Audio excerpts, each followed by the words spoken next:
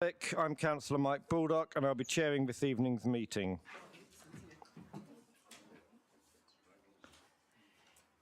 The meeting will be recorded and proceedings will be conducted in accordance with the Council's constitution, including procedural rules which are available on the Council's website. Item 1. Emergency evacuation procedure. There is no planned evacuation drill this evening, and accordingly, if the alarm sounds, it is to be treated as a genuine need to evacuate. There are emergency exits over there and opposite the lifts. Do not use the lifts under any circumstances.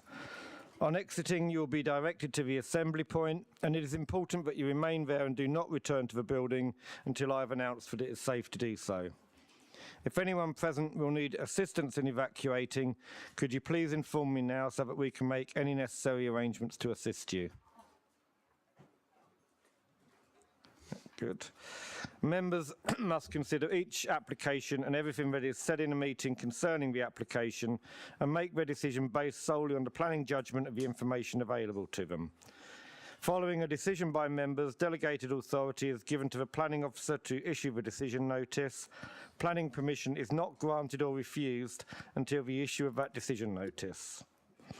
You're almost done. Click Open File in the top right to continue.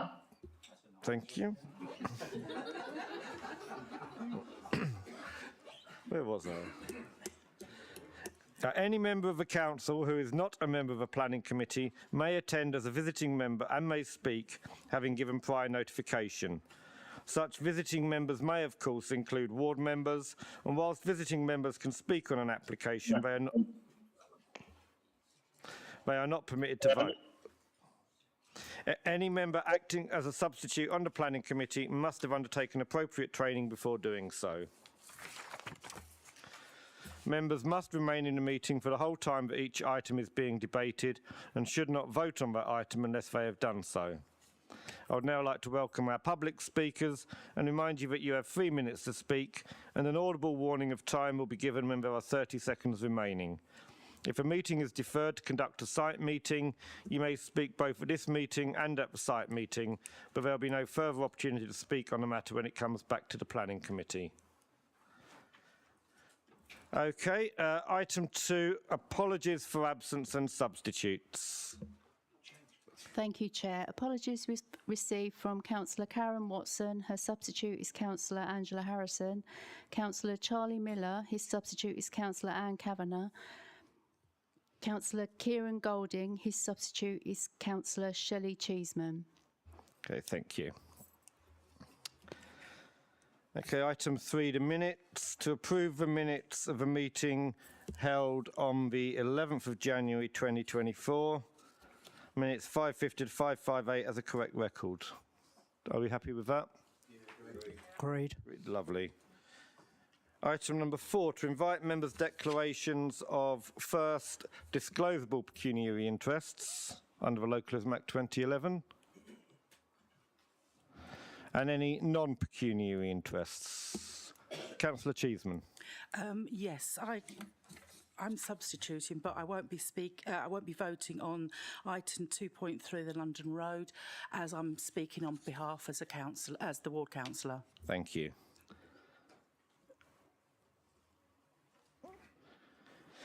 Okay, I'd like to remind the meeting that where it is possible, a fair-minded and informed observer, having considered the facts, would conclude that there is a real possibility that a member might be predetermined or biased on any agenda item. The member should declare this possibility and then leave the room whilst that item is considered. Part B, reports for the planning committee to decide. We'll be starting with 5.2. Which is 503-564 Full Manor House, Orchard Gate, Berkeley Close, Dunkirk. And can I invite the planning officer to provide a summary and update on the application, please? Thank you, Chairman. There is no updates to report, so I'll share my screen.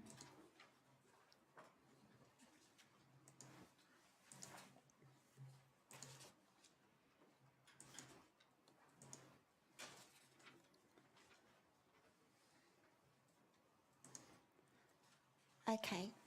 This application is retrospective, and it's to convert an outbuilding in the rear garden of Manor House into a one-bed holiday let. As you can see from the site location plan, the site is located in the built-up area boundary of Bolton, but it falls within the parish of Dunkirk. The property, the site is shown in red here, and it's within a cul-de-sac known as Orchard Gate, and you get to the cul-de-sac off of Berkeley Close, which is along here.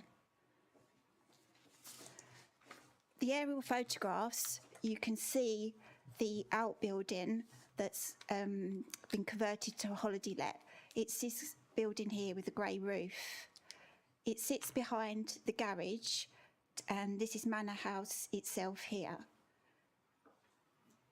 The white shaded area here is the parking area that serves the property Manor House and also the visitors to the holiday let. The site layout plan demonstrates the parking that's available to the property.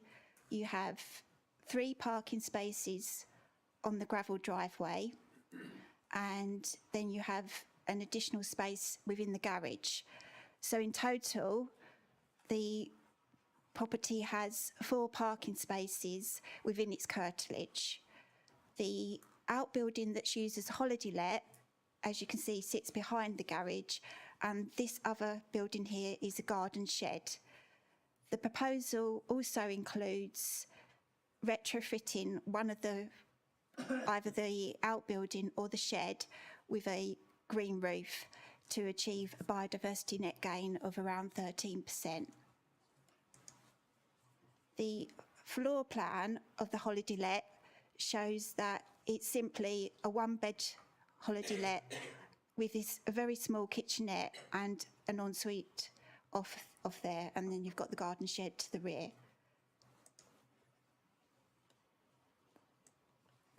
This top elevation drawing shows the view from the neighbour's garden, and the bottom one is from the garden of Manor House itself, but it's probably best to look at the photographs because that shows you clearly. The black building is the holiday let, and the green building is a garden shed. You can see from this photograph that the path in front of the holiday let leads directly to the parking area without disturbing the occupants of Manor House. Members will note that the reason that this application is being reported to committee is because the parish council object on parking grounds. You can see from this photograph that there's comfortably, you can fit 2 spaces in front of the garage, and then you've got the rest of the driveway for the 3rd space. So on that basis,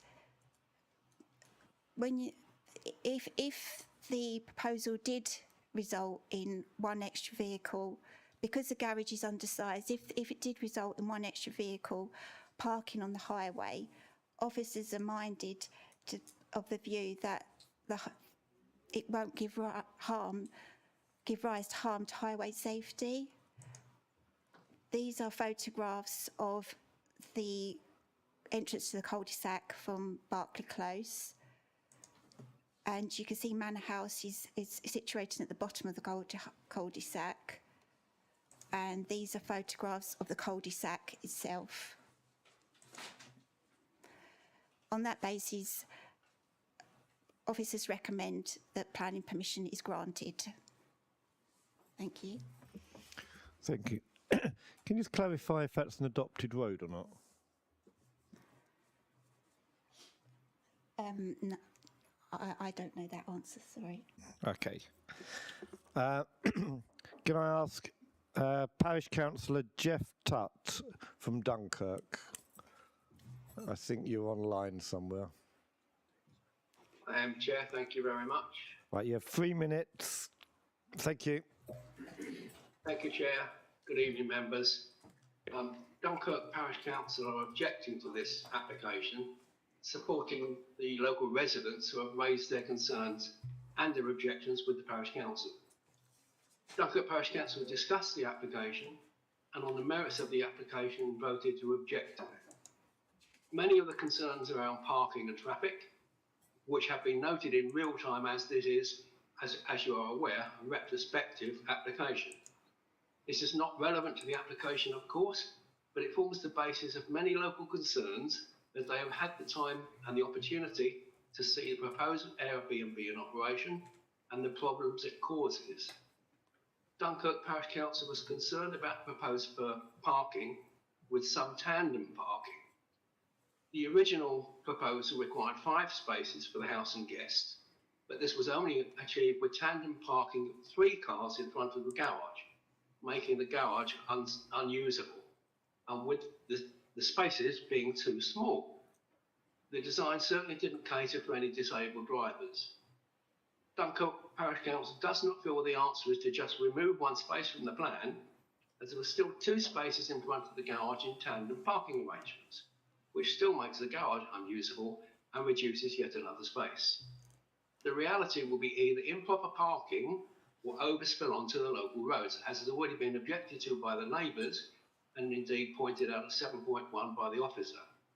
With the undersized garage, parking would be displaced, which Dunkirk Parish Council feels would lead would be detriment and harm to the neighbours. Another major concern is of overdevelopment. Members will have been aware that there is a restrictive covenant on the property to A, use the house as a single dwelling only, B, not to use the property for any business purpose, C, not to permit nuisance, annoyance, disturbance or inconvenience to adjacent dwellings.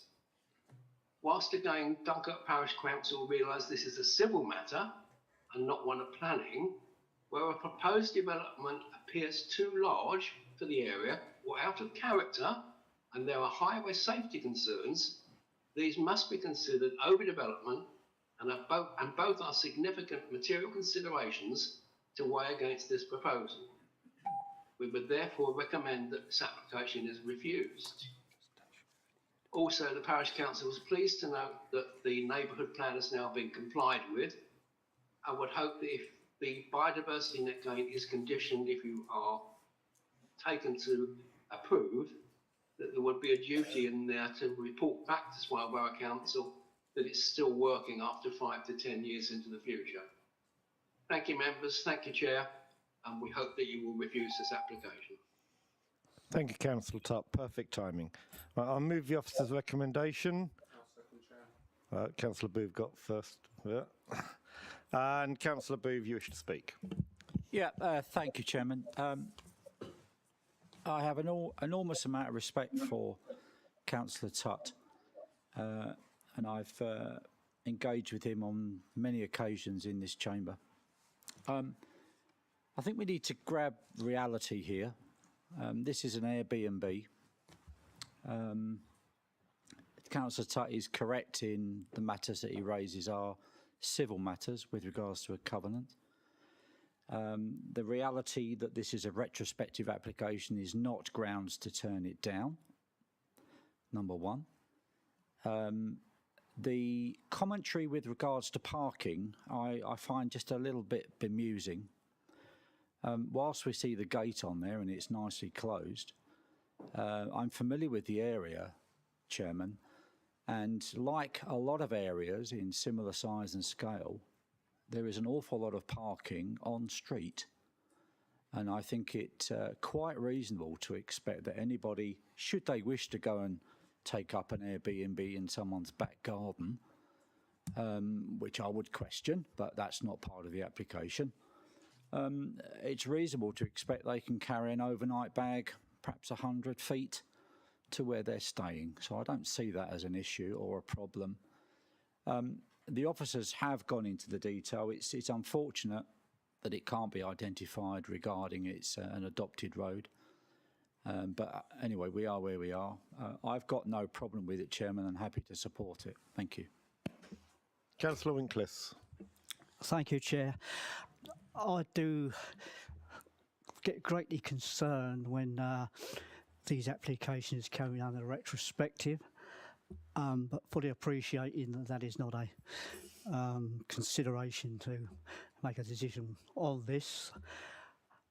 I basically would agree with the previous speaker that I don't consider we have any grounds to turn this down. So basically, I will be going with the officers for agreement on it. Thank you. Okay, thank you, Councillor Winkless. I was going to bring in Mr. Gregory in a minute, but I'll raise an issue I do have so that he can probably answer that as well. We can't really count the garage, so you've got 3 cars parked in front. Now, it's likely that whoever uses this this accommodation in the back is likely to need to drive there if they are a visitor. That means they're going to have one of the 2 front spaces for the house, which means a 3-bedroom, 4-bedroom? It's 3 bedroom. 3-bedroom house is really only going to have 2 car parking spaces, one of which is going to be blocked in. If that one is blocked in and they want to move it, from the drawing, they'll have to pop round the back and knock on the door of the person sleeping there, asking them to move their car. I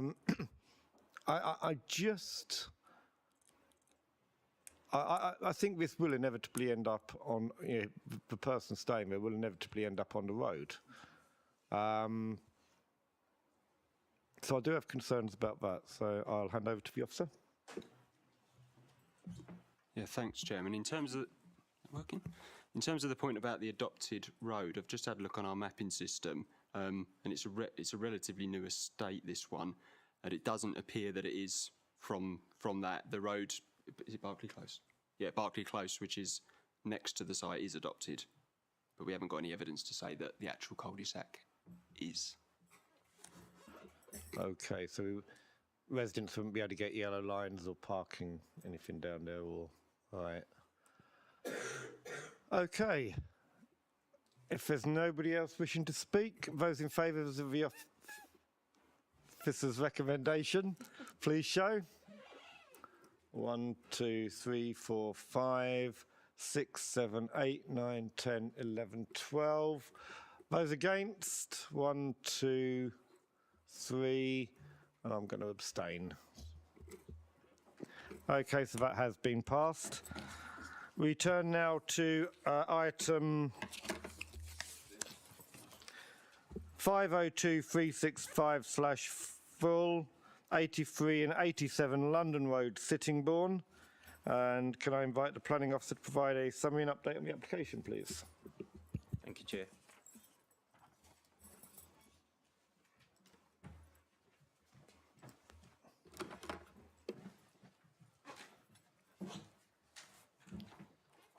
Chair, this item relates to a site on the corner of Borden Lane and London Road. It currently accommodates a terrace of 4 dwellings and an existing brick building which accommodates 7 flats that had previously been used as accommodation for over 55-year-olds. It is proposed to demolish the 4 terrace dwellings and erect 20 new dwellings in 2 blocks of flats. The existing block containing the 7 dwellings would be retained and refurbished. So the slide just shows the red line site. This is an aerial of the site. Let's see if I can bring up a pointer. So just in this location here, which is on London Road, that's where the terrace of 4 dwellings are. Back into the site, further to the south, is the existing brick building that has the 7 flats in it, and that's for retention. You'll notice the Shell garage, the petrol pumping station, and if I just highlight here is Chalkwell House, which is a Grade 2 listed building, and I'll come on to that later. Also along the edge of Borden Lane is a brick wall which dates back to the Second World War. It's locally listed and it has gun hole loops in it for defensive shooting. And because that's of historic importance, it's just highlighted on the aerial now. This is an aerial view of the existing brick-built building, which is proposed to be retained. Images of the London Road frontage showing the 4 terraced dwellings. The right-hand image shows the entrance to the site, and you'll notice that there are quite a lot of level changes from London Road and Borden Lane, where the land slopes upward to the top of the site. These images show the Borden Lane frontage. As you can see, there is quite a level change. If the top left-hand image sort of shows the stairs that lead up towards to Borden Lane, and the dwellings are at a higher level. The bottom left is an image of the locally listed wall, and if you look to the right-handmost image, you can see the brick wall and the World War II defensive roofs, and that portion of wall is locally listed. As I said, there are quite significant level changes. The left-hand image is a driveway leading from London Road upward, south to the top of the site. The central image shows the top of the site, which is something of a plateau. And what you're looking at in that central image is the view south to the elevation of 2 Borden Lane. Right-hand image is looking to the west. Just to give you a flavour of some of the surrounding development or development in the surrounding area. Left-hand image are terraced dwellings on the northern side of London Road, opposite the entrance to the site. And the right-hand image is just to give you a flavour of some of the other scale of development, in this case further to the west along London Road. So buildings do vary between sort of 2-storey terraces and slightly larger development. This image shows the proposed layout, and if I can just draw members' attention to starting with the London Road frontage, a new residential block is proposed. We're calling that Block C, just in terms of reference purposes. Back into the site further to the south is that brick-built building, which is to be retained, calling that Block B. And to the southern portion of the site is what they're calling Block A. There are slow worms on the site, and as a protected reptile, what the applicant is proposing to do, and it has been accepted, is to create a wilderness area at the western end of the site. And that's actually where the slow worms have been found, and the idea would be that that would be separated from amenity areas for future residents and kept as a wilderness area for reptiles. So just in terms of, I'll just go back for a moment. So just to orient members, the southern portion of the site would have what's called Block A. This is an image of Block A. What I would say is that since the application came in, we have been in discussion with the applicant to request changes to the scale and form of the development. This elevation to the left-hand side would be the elevation that faces to Borden Lane. By changing and I'll come on to this in a moment in terms of the design rationale, but we did request that there were reductions in built form, setbacks, set-ins and set-downs. And so what you sort of see here, Chair, is the height of the neighbouring dwelling, and you'll see that the proposal is subservient to that. It then steps away and steps up, steps further away and steps up. This is a slide showing a selection of the floor plans for that Block A. It features a basement with parking, motorcycle parking, refuse storage and so forth.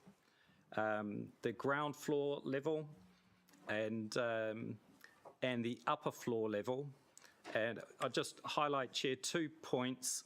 This is prior to the committee report being published. We were concerned to ensure that there's a privacy screen between the balcony that's used by flats 12 and 13, and the applicant was not a big change, but they amended it quite quickly to indicate that that's actually what they're proposing, which helps to negate the need for a condition requiring the privacy screen. These are the elevations of the brick building which is to be retained, Block B. and elevations for the building that would be Block C fronting London Road. Left-hand image is the front elevation. This is the elevation that you would see from London Road. Remembering that the site slopes up, the right-hand image is a side elevation, and as you can see, the land rises, and they're proposing a sort of an undercroft car parking area towards the rear of the building, utilising the slope of the land. Just draw members' attention to a couple of things. Because of the level change, the floor level for the ground floor flat is actually quite a bit above the footpath level, and that's just in order to attain a flat floor plate, it does need to be elevated. And you see that in those existing 4 terraces that actually they've got steps to get to the front door. In this case, the entrance to the flats won't be from London Road.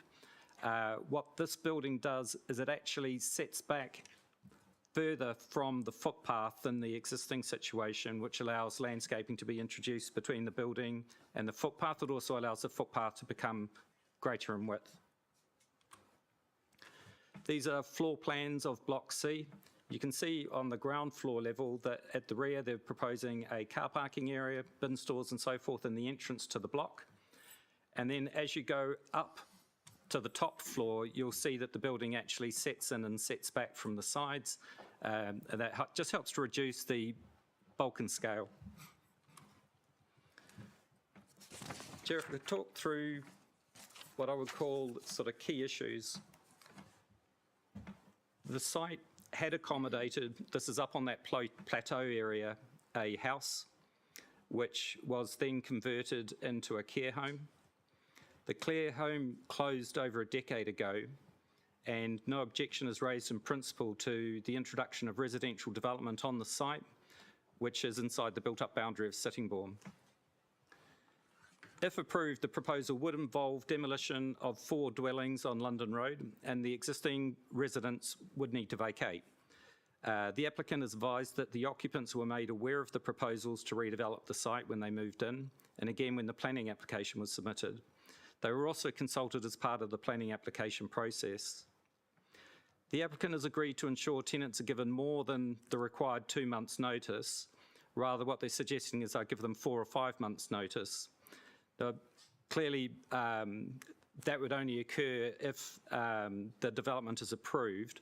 What the applicant is suggesting is that if the scheme is approved, the notice wouldn't be issued until a decision is issued, which could only follow after a legal agreement is signed.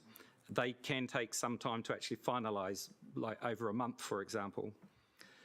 Officers have considered equalities and human rights issues that might arise from displacement of residents, and that's all set out at page 52 of the agenda. The impact of existing residents having to move would be disruptive, and this is acknowledged. In this case, however, officers consider that there are benefits that outweigh the disbenefits of the displacement. A common theme in objections related to the potential of on-street parking pressures being exacerbated by additional residents on the site. In terms of parking, 26 spaces are proposed, including 2 visitor spaces, as well as motorcycle and bicycle parking. The site's close to bus stops. It's within walking distance of the town centre and the railway station. KCCs have looked at the matter and they're satisfied that the car parking provision is adequate. There are designated and non-designated heritage assets that would be impacted by the development, and officers have considered the specific significance of these and how the significance would be impacted. The assessment starts at page 35 and runs through to page 37. While officers have been mindful of the statutory duty to put great weight and importance on harm to heritage assets, in this case there are benefits that are considered to outweigh the harm. And these are set out at page 36 and 37 of the report. Just turning to design, so we have an existing brick-built building and then 2 new buildings, and there is concern to ensure that the 3 buildings relate to one another visually, and materials are proposed to be controlled in order to be able to achieve that. At present, blocks A and C is shown with red brick and render, and this reflects materials that are used in buildings within the local context. Equally, the applicant's architect has discussed with us options for a greater use of buff brick as the main finish for Block A and C, with a lesser extent of render. This is because there's more buff brick in Block B, so you would then end up with Block A and C having buff brick which relates to Block B. That's through the materiality, it would be possible to tie together the original boundary wall with the gunhole loops, Block B, and some of the period buildings in the area along with the new Block A and C. The Council's Urban Design Advisor requested that details of material be made a condition of consent so that further consideration can be given to the materiality, including examining samples on the site. So we would get them to actually erect sample boards of what they're proposing in relation to the blocks, and then you could actually see on the ground how it would work, and then we could go through as a council and determine what would be the most appropriate set of materials. I'll just show here, Chair, this is an option, and we have seen several options for the materials. And this essentially is a greater proportion of buff brick to Block C and a reduction in the render. And you can see the indication of the buff brick which exists on Block B. And yes, through materiality, you could make the buildings relate to one another in a more succinct way. Chair, subject to conditions and the planning obligations set out in the report, approval is recommended. Thank you. Thank you. Can I ask Christine Dadswell, to the agent, to come down and speak?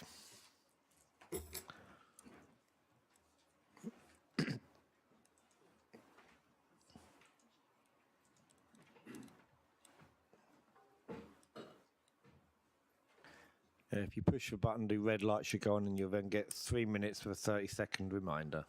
Thank you.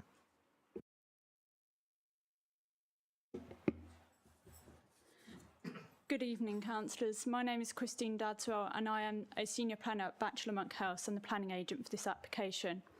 As you heard in the presentation, the scheme before you has been the subject of extensive design review. The applicant and consultant team have worked hard with the planners to secure a development which successfully balances various constraints of the site. It is a brownfield site that is located in a highly sustainable area with excellent access to public transport and services in the town centre. The residential units will be of a high quality construction, and the contemporary design will raise the diversity and built quality of development in the locality. On-site car parking for residents, including EV charging points, are provided in line with adopted standards and as agreed with the Highway Authority. The scheme also includes landscape areas and will deliver biodiversity net gain in excess of the Council's policy aspirations of 20%. We are conscious that the scheme would result in the redevelopment of a small number of existing cottages along London Road. The occupiers were informed of the applicant's plan to redevelop the site at the start of their tenancies and have been given regular updates on their plans. The applicant is committed to ensuring the tenants remain informed throughout the process and intends to provide an extended notice period, which would be significantly longer than that which would be required by their agreements and may extend up to 6 months. Delivering housing on this constrained site is no mean feat, and all parties have worked exceptionally hard to address the physical constraints of the site and create a viable scheme which will bring this long-standing, partially vacant site back into use. For a variety of reasons, the majority of this site has been vacant for many years. The applicant is committed to progressing this development and is happy to share details of the contractual arrangements for the build with the council as recommended by condition 29. In summary, the scheme will secure high quality development of this town centre brownfield site, providing a meaningful contribution to the quantity and diversity of housing stock in the town and securing targeted ecological improvements which would not otherwise be seen in this location. On this basis, we would respectfully urge members to consider the numerous benefits of this scheme and to allow the opportunity to realise them. Thank you. Councillor Cheeseman, you're the ward member and speaking as a ward member, so after you. Thank you, Chair. Part of the development is to demolish 4 cottages that are along the London Road, 77 to 83. These cottages are occupied by 4 families that have lived there for many years. The Block B flats that were built by the same developer have never been completed and have stood empty since their construction approximately 6 years ago. This gives me great concern that 4 families will be displaced and this development will never be completed. The development is on the corner of Borden Lane, which is a junction that has flooded many times when it rains, and also across the road just inside Chalkwell Road. It also floods. The development would also add to this. Just down the road is another development of flats. I was told recently that there is sewage water coming out of the manhole cover outside the flats by the main road. Last week I saw this for myself as raw sewage was running across the footpath and into the road by the pharmacy. The smell was terrible. Could this happen at the new development? London Road and Borden Lane are already busy roads. By the time these properties are built, there will already be increased traffic from the Wises Lane development and the extra 49 houses at Lidbrook Close, which is about 100 metres away. Putting another 27 dwellings on this busy corner will make it even worse. There is parking for 26 cars, 3 motorcycles and 30 cycles, with this many vehicles on the site, there is the potential for 60+ vehicle movements a day onto an already busy and dangerous part of the London Road. Next to the entrance to the site is also the entrance to the petrol station, with cars going into the station and coming out just metres away. In between the entrance and exit to the petrol station is a bus stop. This will cause congestion and I can see accidents happening here. So I'm asking the committee to reject this application. Thank you. Thank you, Councillor Cheeseman. Councillor Clark. Thank you, Chairman. I do have quite a lot to say on this, depending on where my next suggestion goes. This site is a complex site. You can see from the aerial view there that it's quite a tight site as well. And unless you actually have plotted this site, you're not quite aware of how tight it is, especially the access road. So what I would like to suggest, Mr. Chairman, is that we schedule a site visit for this particular application so that members can view not only the level changes but also the specific challenges to building this development. Thank you. Do I have a seconder? Okay, I'll second that because I do have. It's not a site you can go and have a wander around, and I do have some concerns about that second exit so close to the petrol station. I think viewing it would be quite useful, and also bearing in mind the points that Councillor Cheeseman raised. So I'll second the proposal for a site visit. Does anybody wish to speak to the proposal on a site visit? Councillor Booth. Thank you, Chairman. I won't support a site visit. I believe that the officer's introduction, the drawings and scoping that were detailed gave me enough information. I'm very familiar with the site, so I won't support it. Thank you. I won't support the site visit.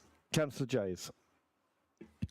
Thank you, Chair. If we're only going there to look at highway grounds, I don't really see the point. If KCC aren't going to support us, if that is going to be an objection or a reason for us to refuse it, KCC have already done their assessment. For us to just go and look at highway grounds, I don't think serves any purpose. Councillor Winkliff. Thank you, Chair. I will be supporting a site meeting. I personally think to have another access road where the proposed cottages are coming down is so close to Borden Lane. The actual A2 dips there. If you come out of Borden Lane, the visibility to turn right as it is very dangerous. You've got traffic coming out from Crown Road, if they turn right. You have a Panda crossing there. which I think is totally unacceptable to have another access road there. And also, I have grave concerns about poor properties coming down and making people homeless. Thank you. Councillor Thompson. Yeah, I'd support a site visit just because I'd like to look at it to see if I feel there's a much better option for a more sustainable build. Sustainability is bantered around, but it generally isn't true. I feel the size of the site could definitely, as Councillor Cheeseman said, could definitely have better use of its rainwater, its grey water, the building constructions themselves. So I think I'd quite like to have a look to see if there's a better proposal. Councillor Henderson.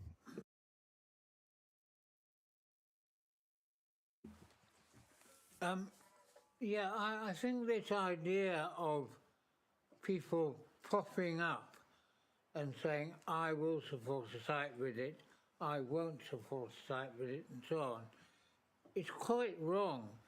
It is clear this is a complex site. It is clear that it has the potential for a good development, but the problems of the site visit are to resolve those problems, and I do ask members to support a site visit when it is clear that there are problems to resolve. So I hope we can have a site visit here. There are a number of difficulties have been identified, and if we can resolve them, then we will get a better result. So thank you. Thank you. Councillor Kavanagh. Thank you. As someone local, even I am not sure how it would fit in. I think we need to be there. I agree with you, Councillor Henderson. We need to go there to see. What hasn't been discussed so far is we've got 7 dwellings already there. We're talking about an additional 20, yet only 26 car parking spaces. Now, I know we're meant to be discouraging cars, but it doesn't happen. And the idea that it's close to good transport links, I hope they're not talking about buses, because we haven't got many of them. And I can confirm the flooding just to the east of the map. Every time it rains, you cannot walk along by those houses because you get soaked. You know, it's a complex site, and I welcome the opportunity to go and have a look. Thank you. Okay, those in favour of a site visit, please indicate. 1, 2, 3, 4, 5, 6, 7, 8, 9, 10, 11, 12. Those against? 1, 2, 4, 3, and abstentions? 1. Okay, so... Mr Chairman. I haven't finished speaking, Councillor Clark. Sorry, beg your pardon. Can I just say that we have recently had a site visit at which just 4 people turned up. I do expect that we will get more than 4, given that 12 people voted for this site visit. Councillor Clark. Yeah, my apologies once again, Chairman. My point was, could we, I don't know whether they would attend, but could we invite along a highways official, please? We can try. I'm not going to say more than that. Thank you. Okay, in that case, we will now move to item 2.1.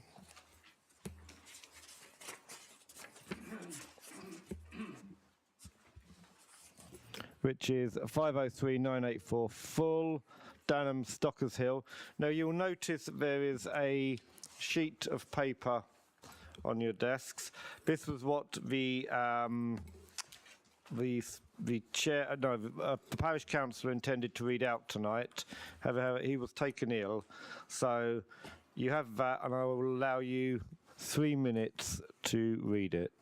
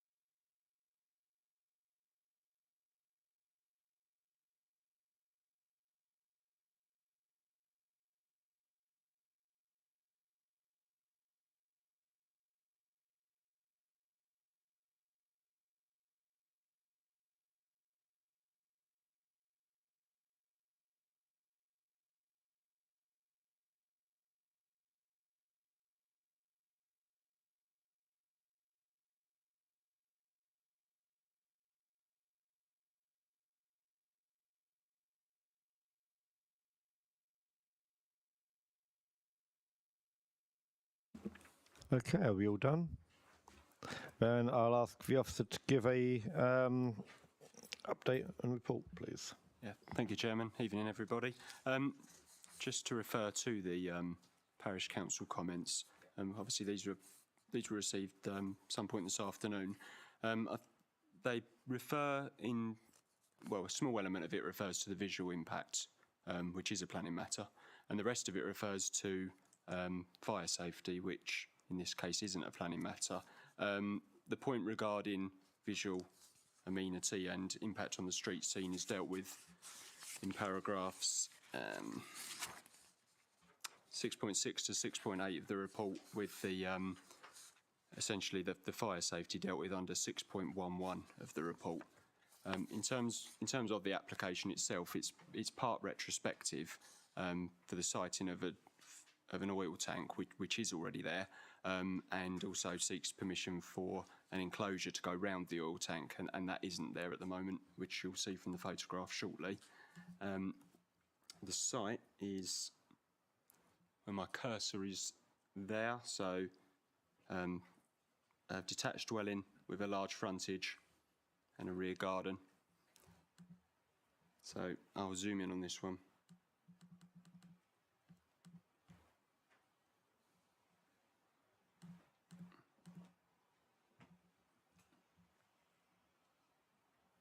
So the oil tank is located here, so to the frontage of the property, to the northeast of the site.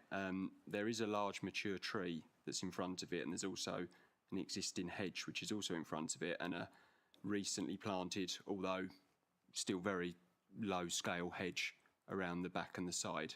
In terms of the elevations, it's a small structure. The top line there being the oil tank itself, and then below being the proposed structure that will encase it. So photographs. This is essentially the only public view you get of this installation.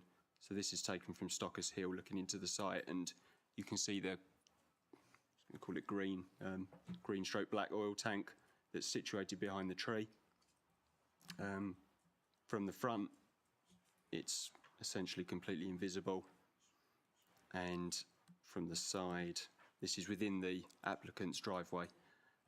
You can see it's just below the level of the fence, so it wouldn't be visible from the other side. In summary, it's a small scale structure in the frontage of the property. It's by its nature, it's small scale and not very prominent, and therefore there's no harm considered to be caused to visual amenities or the street scene. And due to the distance from the neighbouring property, it's not considered to cause harm to residential amenity. And for those reasons, the recommendation is for approval. Thank you very much. Thank you. Ward Councillor Bonney,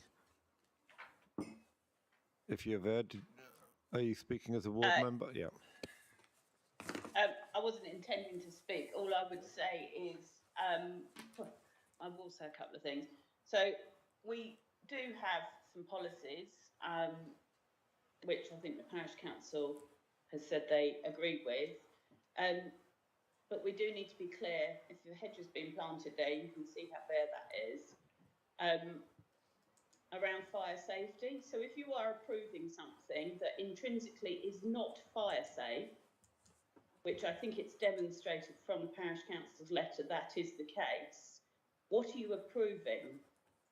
Because I think you have a design before you. If that is then built but doesn't meet fire safety, then you're going to have to come back to the drawing board. I think we need some clarification, and there was supposed to be a letter on the portal, but that wasn't visible from building control. Okay, thank you, Councillor Bonney. Can we have clarity on the letter from building control, please? Yeah, I checked it before the meeting actually, and it is publicly available, and I clicked on it and it came up, so I suspect it might be an IT issue that the person had if they couldn't view it. But all that letter says is it refers to the building regs on oil tanks, and again that's not a planning matter, and it just talks about where the oil tank should be sited for fire safety reasons. And that's what the letter says. It refers to that to the regulations. Okay, Councillor Booth. Yeah. Sorry, Chair. If I can. No. Sorry, I've allowed you to speak once. It is open now. Actually, I haven't moved the officer's recommendation yet. Can I seconder? Councillor Jay, thank you. Councillor Booth. If I may, thank you, Chairman. Okay. I do have a degree of sympathy with the application in that there are many, many houses in Kent that have to have this form of fuel for their heating because of the situation and lack of infrastructure. Because I do my homework, Chairman, it's always worth noting much has been made about fire. As a board member of Kent Fire and Rescue, in the last 10 years there has been one fire related to oil storage tanks, and that was an empty property, and it was vandalised. So in real terms, it doesn't happen. That's a generic. I think, again, the start of the application says it's retrospective. That is not grounds to consider turning it down. And as I say, I have sympathy because I don't think anybody wants that in their front garden.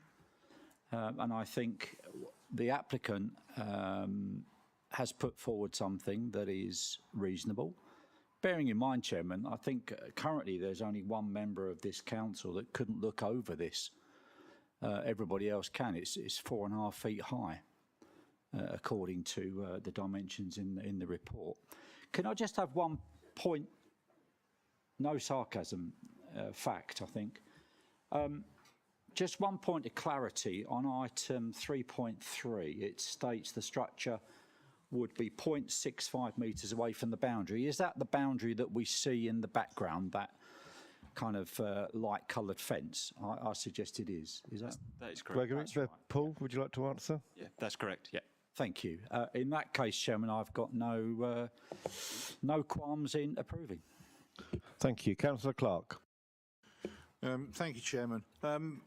I actually travel this road quite regularly, and I'm familiar with the area as a relative of mine used to live just round the corner until fairly recently.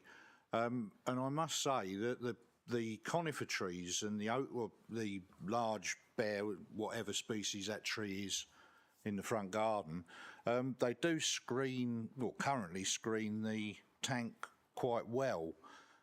My concern with putting up this sort of fencing around it would be the fact that it would probably highlight the fact that the tank is in the front garden, even more so than it does now, which could, and I stress the word could, lead to the vandalism that Councillor Booth mentioned on a derelict property. I would hope it wouldn't, and it probably wouldn't. So my only suggestion would be that if we are to agree having this fencing put round it, then some sort of plant screening should be included as a condition to completely screen it off from any potential view. Thank you, Chairman. Paul, I have to agree. I'd rather see hedging than a fence. Now, there was talk about a hedging. Can we condition a hedge? Well, the fence is what runs along the shared boundary between the houses. So that's viewed, and let's just clarify. This is the fence that runs along the shared boundary. So that, I mean, you know, I'd be sort of sceptical about our ability to get that removed. In terms of what's shown on the drawings in regards to landscaping, so we've got, I'll zoom in on this one to show what they've,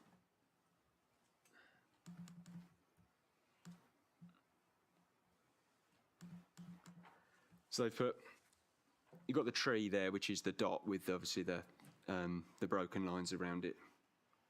You've got an existing yew hedge, and then you've got recently planted beech hedge, which is shown which is shown here. Now, it looks like it's struggling to some extent. So, yeah, another word, yeah. So we could, I think we could put a condition on for a scheme of landscaping to, supplementary landscaping. Yeah. I think that would be not a bad idea. What would the members think? Agreed? Agreed. Yeah, we would like, I struggle to call that a hedge.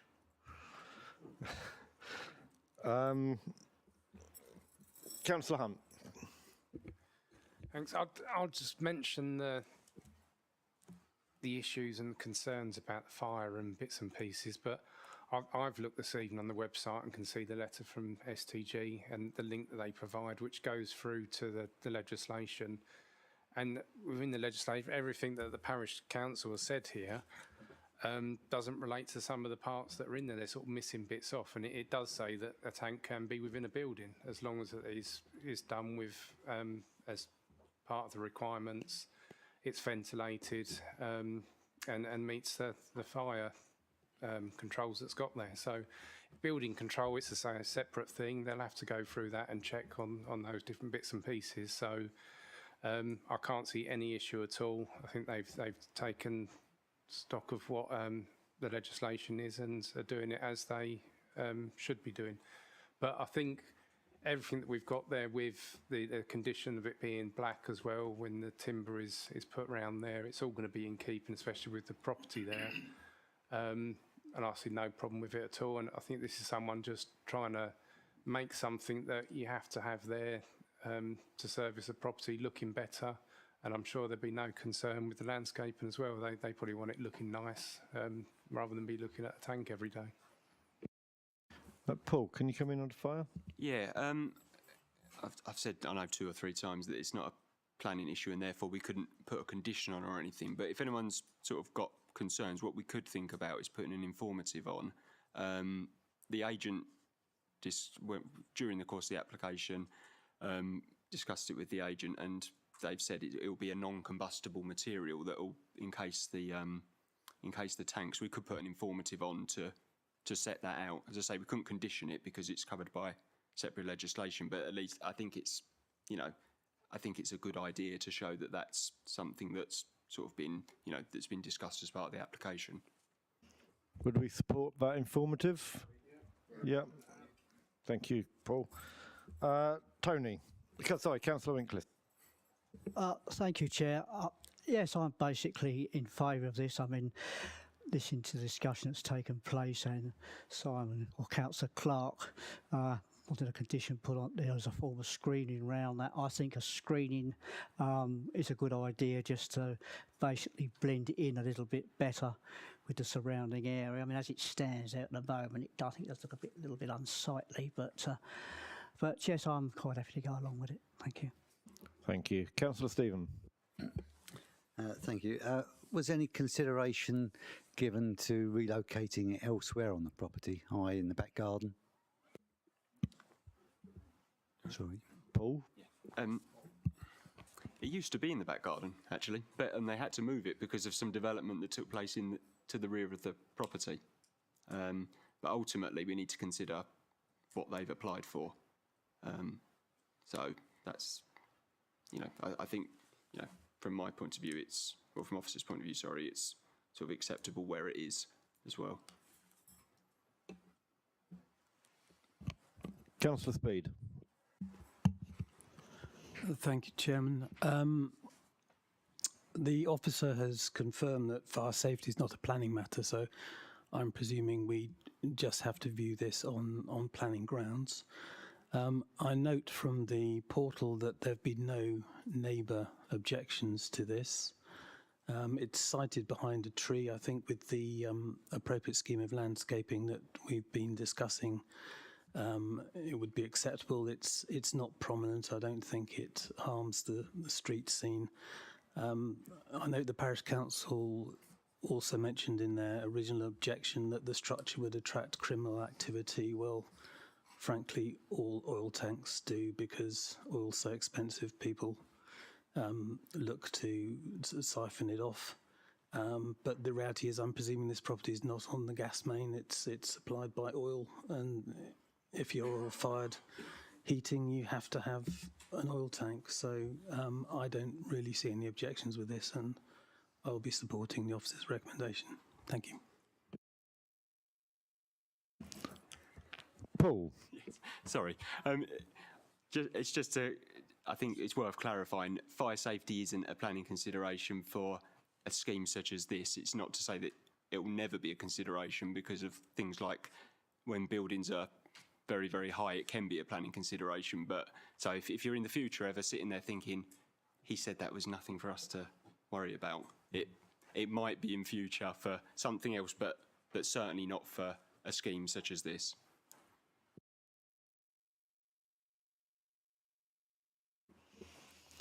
Okay, I mean, it's not unusual to see these actually in the countryside. There's several when I'm leafleting, that I'm aware of. So, those in favour of the officer's recommendation, please show. 2, 3, 4, 5, 6, 7, 8, 9, 10. I've lost count. I only get to 10. 1, 2, 3, 4, 5, 6, 7, 8, 9, 10, 11, 12, 13, 14, 15. Those against? And abstentions. 1, 2. Okay then. Well, that finishes our items for discussion. Just to remind you that our next meeting is of the Extraordinary Committee. We'll do them. We'll be doing them. Don't worry. Just that some people leave before we've discussed them, so no, they shouldn't. I'm just letting you know the next meeting is on the 28th of February, when we'll be discussing as an Extraordinary Committee to discuss the Cleve Hill Solar Farm.